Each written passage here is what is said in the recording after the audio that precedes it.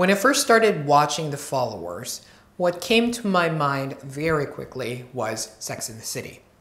With all the glitz, the glamour, the lights, the dresses, the high-strung personalities, the career, the goals, the dynamics of the friendship, and the men in their lives, it really felt like Sex and the City. Especially the character of Eriko, which is a supporting character. Her character reminded me of much of Samantha in Sex and the City. What made me really enthralled about the whole series was the character of Natsu.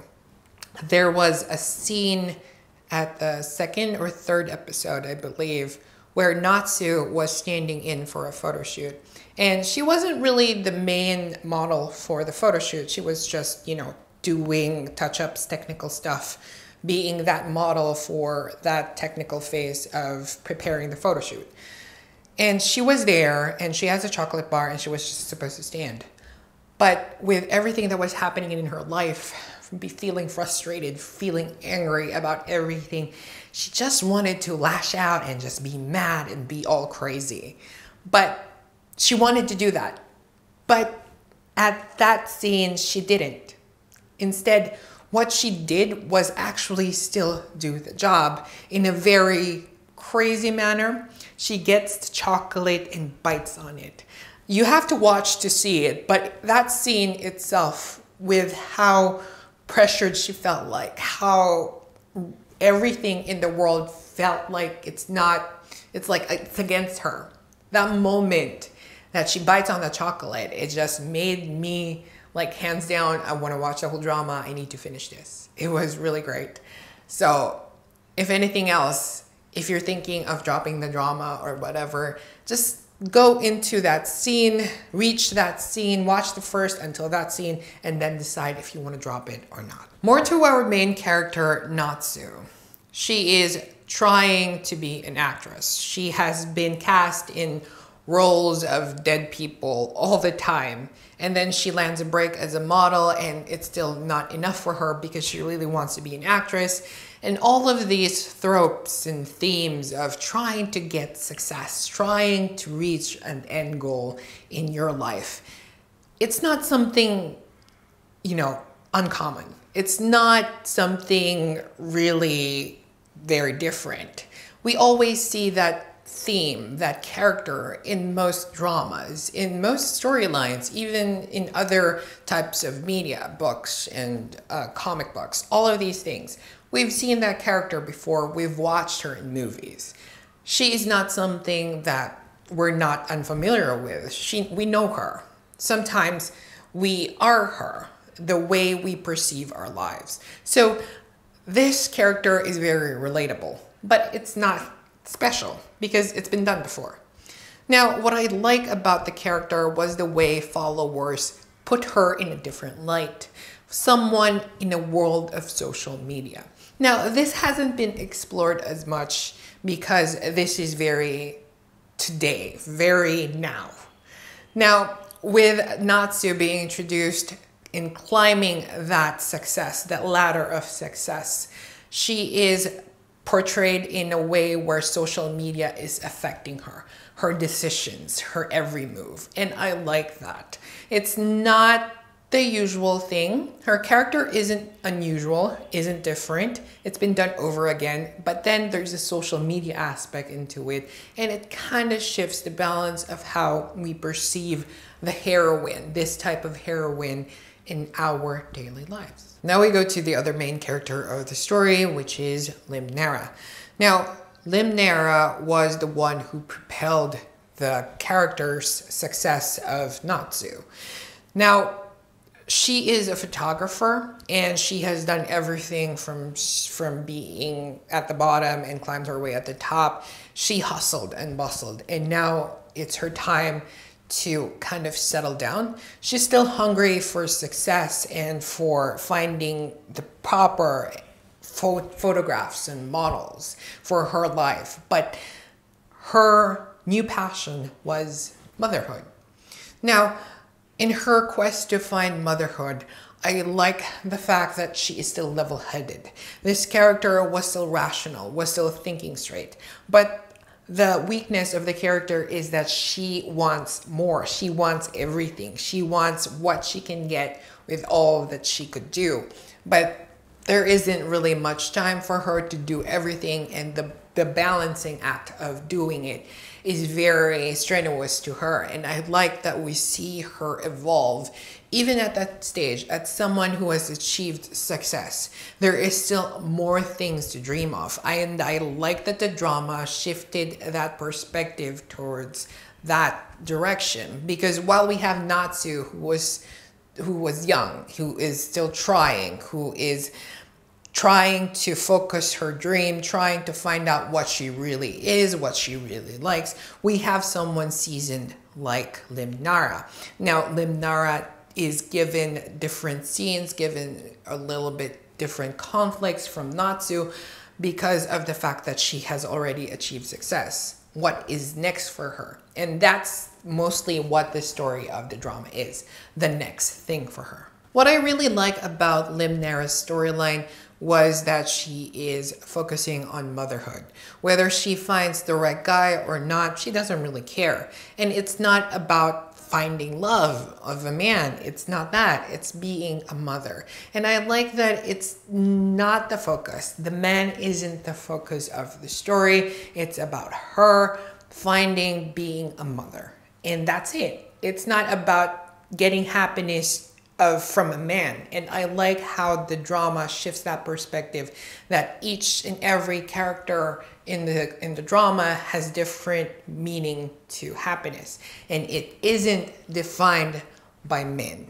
I give this a rating of 4 out of 5. It's a very light comedy. There's a lot of good struggles and conflicts in the drama. There's a lot of fashion, a lot of glitz and glamour, and I like that about it. It just makes me feel really good. I like the cast of characters, the main character and the supporting characters for that main character, particularly Lim Nara's friends. We get to see varying degrees of people like Eriko and Akane and even Yuriko. All of these people that make up Lim Nara's life is balanced, it's diverse. They give her different perspectives.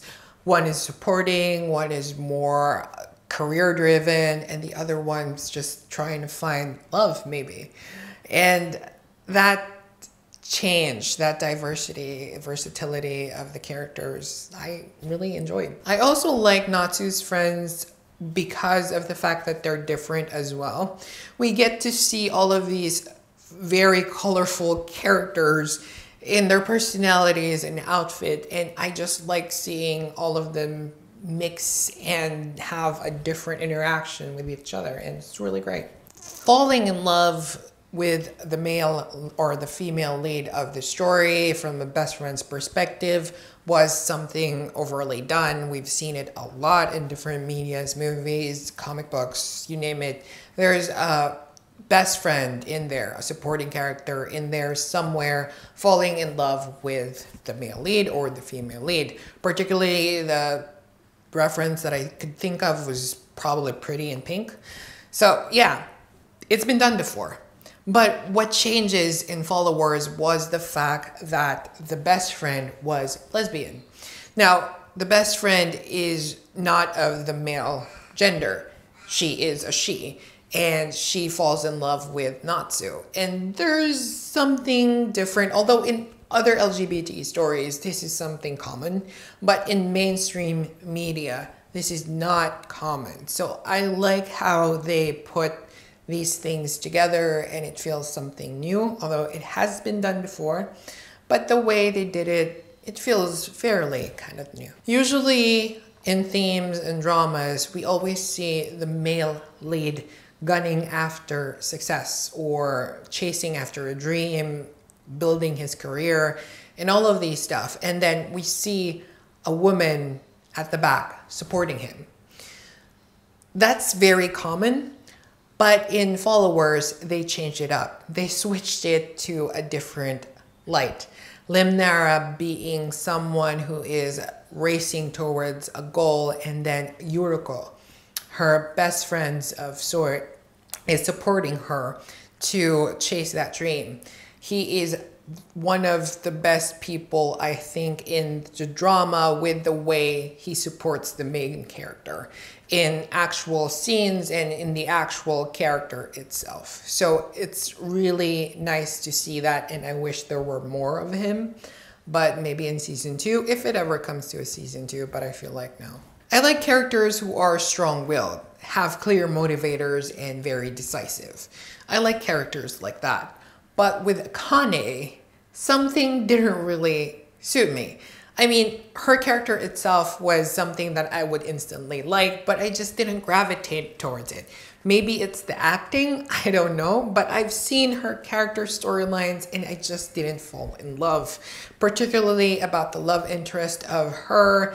I didn't really get how they clicked, how they interacted, how they fell in love. It just felt convenient.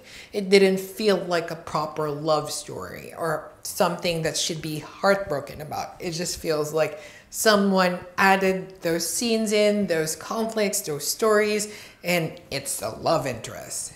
Just like that. On the long list of weird things for Akane, there's even a robot orchestra in the scenes where her and her date sees that, and it's just weird. What's more, it's the person that she's handling as an agent, the singer Sayo. Now, we see Sayo at the start having complaints, being childish, being immature, and all of these things despite the fact that she is a grown woman. Now, I didn't really like the character because of the fact that it feels like the character is a baby and our Akane is just babying Sayo, and Sayo has a lot of tantrums, can't get over herself, can't get over her insecurities, and I understand that is the character. The character is the weak link in a slew of very high, strong characters. Eriko, Limnera, Natsu, all of these people have very strong personalities, and we got someone weak like Sayo. I just didn't like the character as much. Maybe even kind of hated her. But she isn't antagonistic. She isn't a villain of the story, which I kind of felt like she should have been. I wish she should have been a villain so that my perspective of her was solidified. Like she is someone to hate. But because she was just pathetic, and it wasn't even a logical pathetic, it didn't feel right emotionally as well. She was just someone weak for the sake of having a weak character in an ensemble cast of strong characters. Speaking of pathetic characters, we have Hirako. At the start, we get someone who has a level head, a little quirky, a little different. Hirako was that character, and he was that love interest for Natsu. But towards the ending and the middle parts of his story, we kind of see him get a lot of tantrums. And at first sight, it didn't feel as right as how I perceived him to be. Because at the first couple of episodes, I thought he was a mature person, and then we see him being throwing tantrums because Natsu won't do the things that he wants her to do. I mean, at that point, it feels like very much like of a guy, a dude, where if your girlfriend doesn't do the things that you want, you just throw a tantrum and be like, ah. My recommendation is definitely watch it. It has 9 episodes with less than an hour on each one. The storylines, the characters are very light, but there is a good, healthy mix of different conflicts, twists and turns, and rough dynamics between the characters. And I like that. It's a very welcome break from a lot of hard-hitting dramas. And definitely watch it. If you like more fashion-related stuff and entertainment industry stuff, definitely see Records of Youth. It's a drama about a guy going to the fashion industry and acting as well. I put a link of a review I've done somewhere over here. And yeah, If you like this video, definitely give me a thumbs up. If you want to see more reviews like this in the future about Asian drama TV series and films, do hit that bell button and subscribe. My favorite scene of Followers is when Limnara and Natsu meet at the chocolate photo shoot, and then they meet again at the end. At first it was just a whim, and then at the end it was a proper photo shoot because Natsu has risen from the ashes and is now something of a bona fide actress. So I kind of spoiled that a bit, but yeah, I like that scene. That's it.